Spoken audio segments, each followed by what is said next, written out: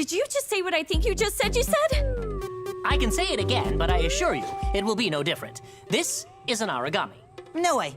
No. What? How? Now, be at ease. I promise on my scientist honor that this origami has no desire to eat you.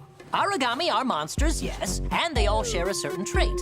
We refer to it as their bias. You follow? It's an origami's coding. Their predatory nature. Our god arcs have the same thing. That's how they innately know to devour. Correct as usual, Alyssa.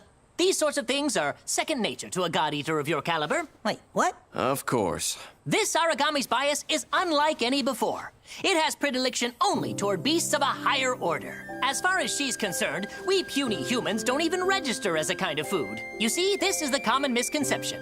Origami aren't simply born with the characteristics of other life forms. Not at all. They simply advance at a breakneck pace as they devour more and more each day. As a result, all the possibilities of evolution are condensed into such a short period of time. Choices and change come rapidly, and those moments make an origami precisely what it is. So you're telling me that this child... Exactly!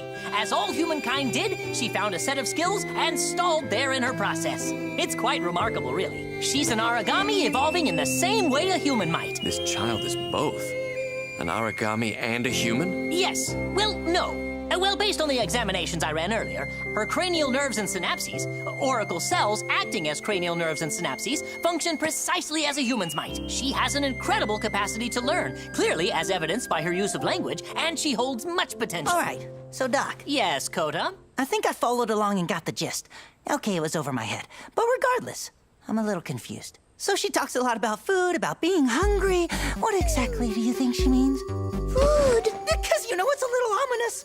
The bias of an origami dictates its dinner choices.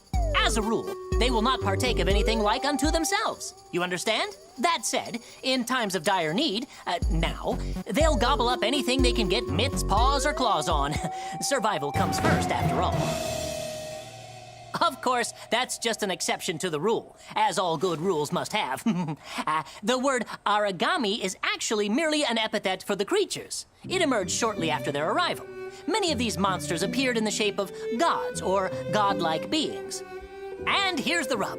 What thought process, what evolutionary trick caused them to adopt such forms? They emulate creatures humanity has worshipped for ages. And how did we come to worship them? This origami child bucked that trend. She managed to instead emulate a human. It's beyond rare. It's unheard of. But I digress, and I ramble, and I think you are all well and thoroughly matched by this study group. So I leave you with this, and I think it best. Let's keep this little secret amongst ourselves, No need to let the news get out and about. Doctors certainly will have to report to the advisor, to the director. Miss Tachibana, you are an exalted god-eater, a stalwart defender of humankind, noble and brave. Do you mean to tell your superiors that I, in your trust, stole an origami, smuggled her to the forward command, and plan to keep her? Well, no. But why? Did I not mention that? I thought I mentioned that. Because she's a valuable sample. Simply perfect to further my own personal research. Nothing more than that, really. Very simple. Oh, fret not. I've taken great pains to ensure this section has unique communications and offset security protocols. It's very, very safe.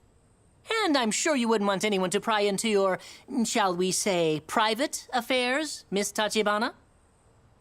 Not to mention that you are already on the hook as my accomplices. Best to simply go along with it, yes? Yes. I am hungry. Most important, I believe that the young girl needs some friends. I feel she will find a particular affection for you, Soma. You are out of your mind.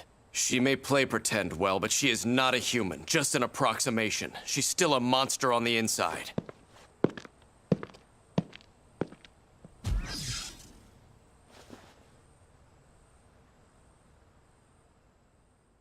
Now the question.